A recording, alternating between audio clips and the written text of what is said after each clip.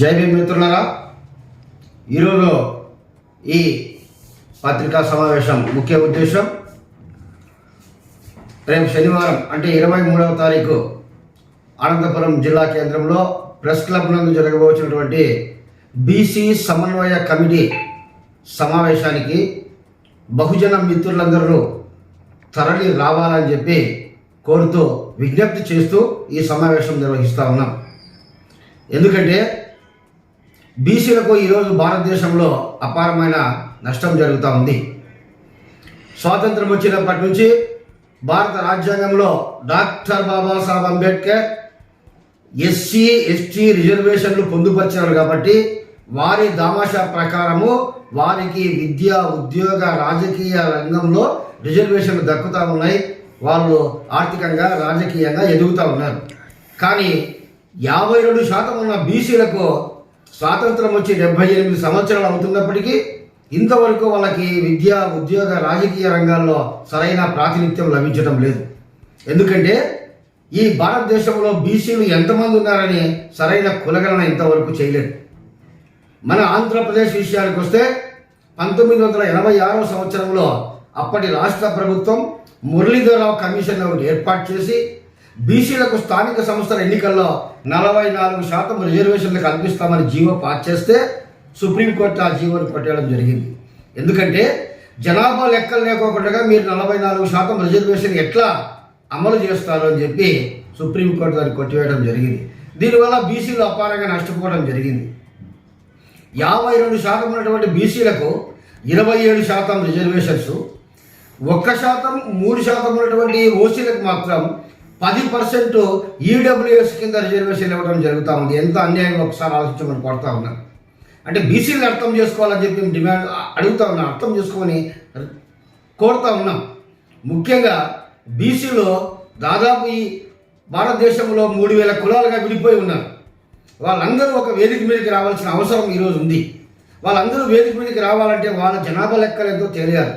వాళ్ళ జనాభా లెక్కలు తేలితే తప్ప విద్య ఉద్యోగ రాజకీయ రంగాల్లో స్థానిక సంస్థల ఎన్నికల్లో నామినేటెడ్ పదవుల్లో వారి జనాభా నిష్పత్తి ప్రకారం వారికి పదవులు ఇవ్వడానికి ఏ పార్టీ అధికారంలో ఉంటే ఆ పార్టీకి వీలుగా ఉంటుంది. అయితే ఓసీలో పరిపాలిస్తున్నటువంటి ఈ భారతదేశంలో ఓసీలే రాజకీయ పార్టీల్లో అధినాయకులుగా ఉన్నారు కాబట్టి వాళ్ళే తిరిగి ఒకరు పోతే ఒకరు అధికారంలోకి వస్తున్నారు కాబట్టి వాళ్ళు కులగణన జరపడానికి ఇష్టపూర్వకంగా లేరని మనకు అర్థమవుతా ఉంది. అందుకే కుమారి మాయావతి గారు బీఎస్పీ జాతీయ అధ్యక్షురాలు ఒక డిమాండ్ పెట్టింది.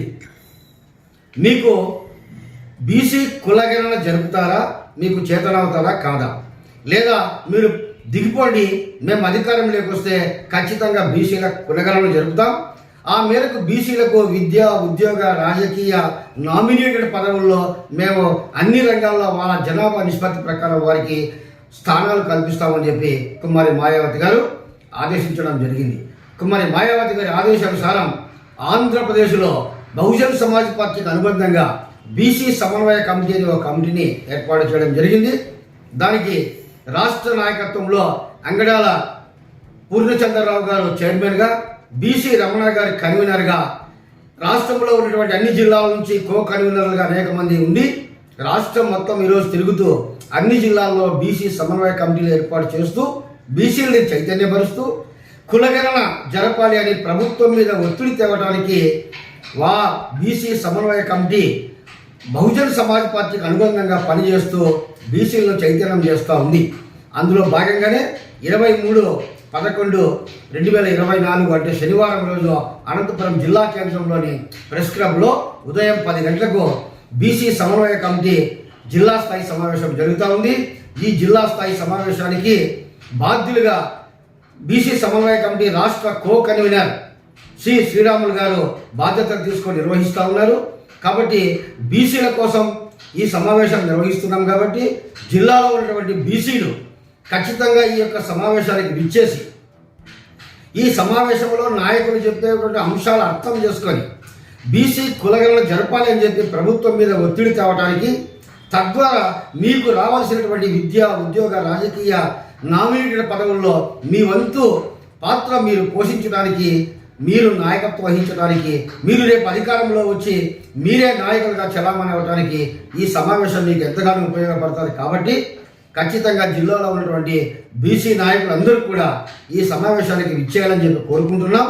అట్లాగే బహుజన్ సమాజ్ పార్టీ తరఫున కూడా ఈ సంఘం బహుజన్ సమాజ్ పార్టీకి అనుబంధంగా పనిచేస్తోంది. కాబట్టి మన జిల్లాలో ఉన్న అన్ని నియోజకవర్గాల్లో ప్రతి నియోజకవర్గం ఇన్ఛార్జ్ ఖచ్చితంగా తమ నియోజకవర్గం నుంచి 5 మంది తక్కువ కాకుండా బీసీలని ఈ సమావేశానికి తీసుకొని వచ్చి ఈ సమావేశాన్ని విజయవంతం చేయాలని చెప్పి బహుజన్ సమాజ్ పార్టీ నాయకులకు అలాగే బీసీ సంఘాల నాయకులకు కూడా కోరుతా ఉన్నాం.